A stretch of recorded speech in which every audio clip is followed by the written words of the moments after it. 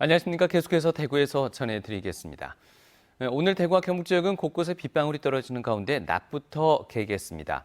아침 최저 기온은 대구 18.5도 등 15도에서 20도의 분포로 평년보다 6도가량 높았습니다. 낮 최고 기온은 안동이 21도, 대구 23도 등 20도에서 24도의 분포로 평년보다 2도가량 낮겠습니다. 미세먼지와 초미세먼지 농도는 좋음 수준을 보이겠습니다.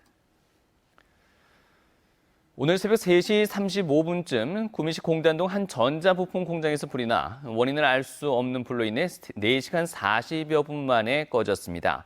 인명피해는 없었지만 불길이 인근 공장으로 빠르게 번지면서 공장 4개 동이 전소됐고 2개 동 일부가 불에 탔습니다. 소방당국은 소방 헬기 1대와 차량 60여 대, 인력 300여 명을 동원해 진화 작업을 벌였습니다. 경찰은 목격자 등을 상대로 정확한 화재 원인을 조사하고 있습니다. 자신의 땅을 담보로 연금을 받는 농민들이 크게 늘고 있습니다. 농사 짓기가 어려운 나이 많은 농민들이 연금으로 생계를 이어가려고 하기 때문입니다. 한태영 기자가 보도합니다. 고령군에서 농사를 지어온 80살 신태모 씨는 5년 전부터 달마다 농지연금 91만 원을 받고 있습니다. 농사 짓기가 힘들어 땅을 팔려고 내놨지만 제값을 받지 못해 연금을 받기로 결심했습니다. 자기들 살기도 바쁘고 요즘 이 어려운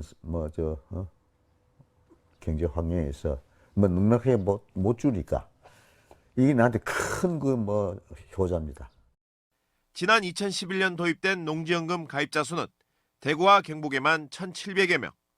지난해부터 가입자 수가 가파르게 상승해 올해는 2,000명이 넘을 전망입니다. 받아가는 평균 연금액도 70여만 원으로 국민연금 평균 수령액 40만 원과 비교해 2배 가까이 됩니다.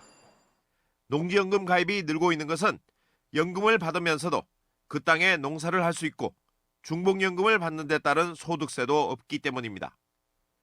받은 연금 총액이 농지의 가치보다 많아져도 정부가 가입자 유족에게 부담을 주는 일은 없습니다. 부모님 노후를 편안하게 해줄 수 있는 효도 선물이라는 이런 걸 갖다 저희들이 상당히 강조를 많이 했습니다. 그래서 아마 그 연금에 대한 인식이 상당히 많이 개선됐고. 농지연금이 고령화가 가속화되는 농촌에서 든든한 노후 자금으로 주목을 받으면서 가입자 수는 갈수록 늘어날 전망입니다. MBC 뉴스 한태현입니다. 비정규직 CCTV 관제사들이 대구시 8개 구군청과의 정규직 전환 공동실무 협상 결과에 반발해서 오늘부터 무기한 단식 농성에 들어갔습니다.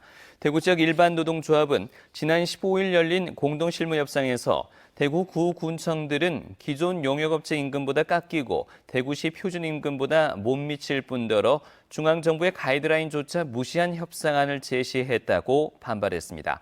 이들은 오늘부터 서구청 앞에 천막 농성장을 설치하고 8개 구군청 CCTV 관제사 노동조합 간부들은 무기한 파업과 함께 단식에 들어갔습니다. 대구시가 올여름 더위에 대비해서 구군에 한 곳씩 야간 폭염 대피소를 운영합니다. 또 7, 8월엔 주간에도 쪽방촌 거주인과 노숙인, 독거노인 등 폭염 취약계층이 쉽게 찾도록 행정복지센터와 경로당 등의 폭염 대피소를 만들고 경로당 등 노인시설에는 20만 원씩 냉방비를 지원합니다. 서대구 산업단지와 성서 산업단지 주변에는 열과 미세먼지를 차단할 숲을 조성합니다. 더불어민주당 김부겸 의원은 임산부의 출퇴근 시간 조정이 가능한 근로기준법 일부 개정안을 대표 발의했습니다. 이 개정안에 따르면 임신 13주에서 35주 사이 임산부의 출퇴근 시간을 필요에 따라 조정하도록 해 혼잡한 대중교통 시간대를 피할 수 있습니다. 이 현행 근로기준법에는 임신 12주 이내나 36주 이후 여성 근로자에게만 하루 2시간 단축 근무가 가능하게 돼 있습니다.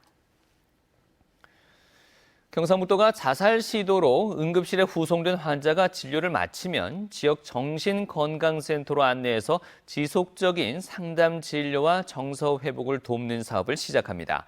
이를 위해서 경상북도는 도내 34개 응급실에 장려금을 지급하고 자살 시도자의 진료비도 지원하기로 했습니다. 이상으로 MBC 뉴스를 마치겠습니다. 고맙습니다.